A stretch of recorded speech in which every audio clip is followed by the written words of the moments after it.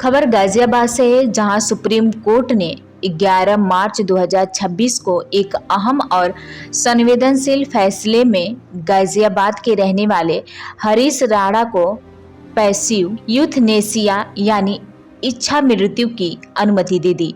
हरीश पिछले 13 सालों से परमानेंट वेजिटेटिव स्टेट यानी अचेत अवस्था में थे और डॉक्टरों के मुताबिक उनकी हालत में सुधार होने की कोई संभावना नहीं बची थी। इस मामले में सुप्रीम कोर्ट ने एम्स से मीडिया रिपोर्ट भी मांगी थी।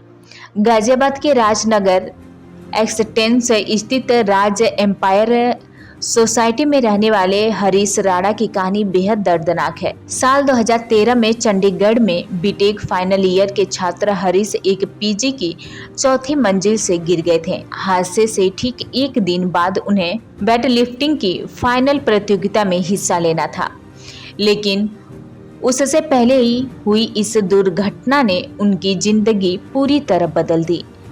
गिरने के बाद से ही हरीश परमानेंट वेजिटेटिव स्टेट में चले गए और पिछले 13 सालों से अचेत अवस्था में थे। हरीश के पिता अशोक राणा बताते हैं कि हादसे वाले दिन रक्षाबंधन था और शाम करीब 6:30 बजे हरीश ने अपनी बहन से फोन पर बात की थी। केवल करीब 1 घंटे बाद उन्हें खबर मिली कि उनका बेटा पीजी की चौथी मंजिल से गिर गया था। इसके बाद से परिवार लगातार हरीश का इलाज और देखभाल कर रहा था। उनके लिए हर महीने 23,000 रुपये की नर्स रखी गई थी, जबकि फिजियोथेरेपी पर करीब 14,000 रुपये खर्च हो चुके थे। इसके अलावा दवाओं पर भी हर महीने 20 से 25,000 रुपये तक खर्च आता था। परिवार का कहना है कि उन्हें सरकार से किसी तरह की आर्थिक मदद नहीं मिली। हरीश के पिता अशोक राणा रिटायर हो चुके हैं और उन्हें करीब 3,500 रुपये की पेंशन मिलती है। वहीं छोटा बेटा आशीष एक निजी कंपनी में काम करता है और किसी तरह परिवार का गुजारा चल रहा है। अब सुप्रीम कोर्ट ने इस फैसले के बाद परिवार गमगीन भी है और व्याकुल भी है। गाजियाबाद से अकरम सैफी की रिपोर्ट। का धन्यवाद करूंगा जिन्होंने हमारी जो मैडम थी उनके मन में संकल्प उठा आज से 4 साल पहले कि आप प्रधानमंत्री को कहो या राष्ट्रपति को कहो। मैंने कहा भाई ऐसे हो नहीं सकता है, परंतु चलो जैसे भी हमने फिर अपने जो भी है हमारी मैं एक संस्था से जुड़ा हुआ ब्रह्मा कुमारी से दीदी को बताया। दीदी ने एक वकील को भेजा, मनीष जैन उनका नाम है, तो हाई कोर्ट तक गए, परंतु वो गलत, चलो जो भी था अच्छा हुआ। उसके बाद हम सुप्रीम कोर्ट में किया। सुप्रीम कोर्ट से भी हम सरकारी न्यायाधीशों का, सर्वोच्च अदालत के जो भी न्यायाधीश रहे उनका हम कोटि कोटि धन्यवाद करते हैं। उन्होंने स्टेट गवर्नमेंट को अच्छे ऑर्डर दिए, परंतु ऑर्डर आदेश तो पारित सर्वोच्च न्यायालय से हो जाते हैं, परंतु जब व्यवहारिक रूप में आते हैं तो उन आदेशों का पालन ठीक ढंग से नहीं किया जाता है। चलो जो भी है हम धन्यवाद करते हैं उन अभिवक्ताओं का भी, उन मुख्य चिकित्सकों का भी, उप चिकित्सकों का भी सहयोग मिला हमें, परंतु हम सेटिस्फाइड। हम दोनों बूढ़े हो रहे हैं, 63 साल मेरी उम्र हो रही है, 60 के लगभग उसकी हो रही है। न्यायाधीश ने तो बोर्ड बिठाए, यहाँ के सीएमओ आए, गाजियाबाद के आए, न्योडा के आए, मेरठ के आए, परंतु हमने बोला नहीं जी एम्स का बोर्ड बिठाओ। उन्होंने हमारे लिए एम्स का भी बोर्ड, एम्स की रिपोर्ट ली। एम्स में लड़के को ले जाया गया, उन्होंने चेक किया, उसके बाद उन्होंने ब्रेन डेड उसका डिक्लेयर किया। उसके बाद हमें 13 जनवरी को न्यायाधीश ने अपने सामने हमें बुलाया, तो गोपनीय मीटिंग हुई हमारी। बहुत अच्छे न्यायाधीश हैं, मैं कहता हूँ ये मुख्य न्यायाधीश बने, अभी बन जाएंगे और जिस हिसाब से, क्योंकि ये मेरा अपने लड़के का मामला नहीं है। ऐसे इस भारत देश में पता नहीं कितने लड़के पड़ रहे,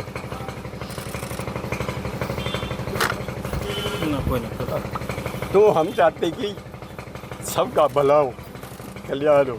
तो इस जनहित के हेतु हमने ये स्टेप उठाया कि ऐसा होना चाहिए मेरे जज साहब को। उन्होंने उसके बाद 15 को जजमेंट होनी थी।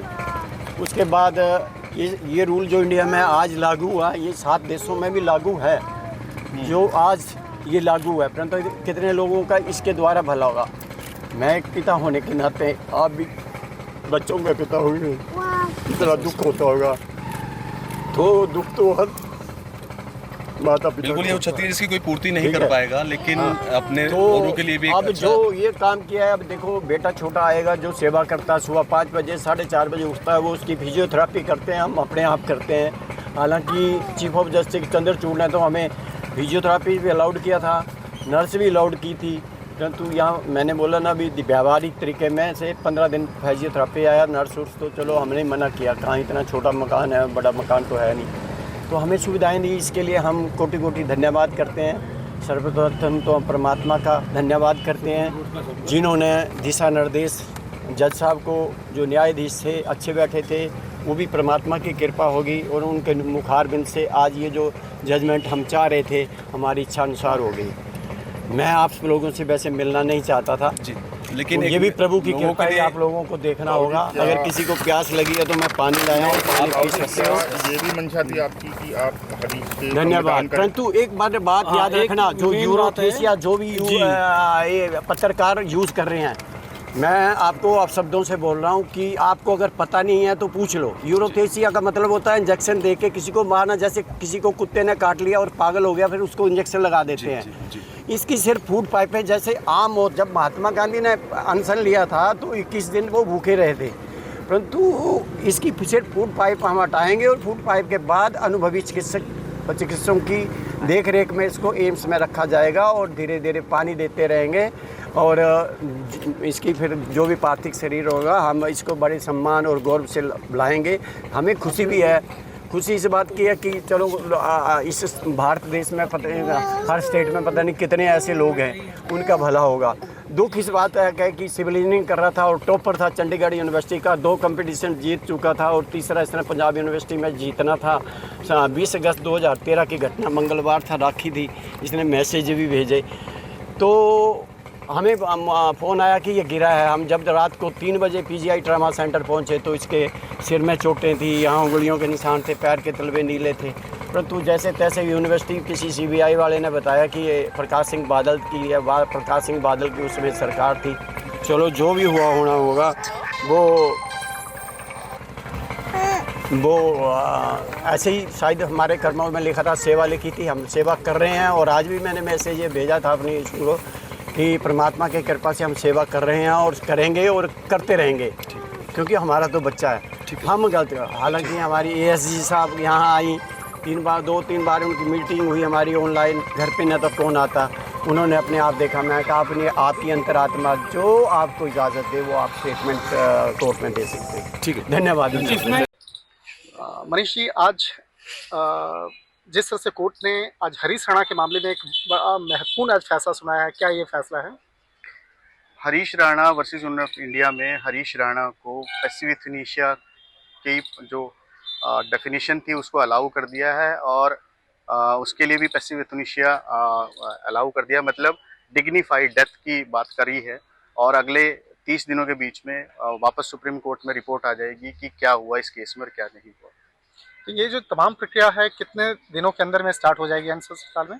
ये अगले विदिन अ वीक शुरू हो जाएगी कि मतलब पेरेंट्स के यहाँ से हरीश राणा को लेके आया जाएगा और एम्स में एडमिट किया जाएगा और वहाँ पे एक टीम बहुत अच्छे से उसको देखेगी और उसकी जो लाइफ सपोर्ट सिस्टम है सबको रिमूव करेगी और इसे नेचुरल स्टेट पे, प्राकृतिक स्टेज पे छोड़ दिया जाएगा। आज कोर्ट के द्वारा किस तरह से और कई महत्वपूर्ण दिशा निर्देश भी दिए गए हैं? बहुत सारे निर्देश इस मामले में दिए गए कि अब पूरे देश में पैलेटिव केयर को लेके, और पैसिव यूथनेशिया वर्ड यूज़ नहीं कर सकते, लेकिन हाँ इस तरह की सिचुएशन में अब पूरे देश के सीएमओज को डायरेक्शंस दी गई है कि अपने यहाँ प्राइमरी और सेकेंडरी मेडिकल बोर्ड बनाने का प्रोविज़न रखें और समय समय पर उसकी रिपोर्टिंग सरकार को करते हैं। Thank you.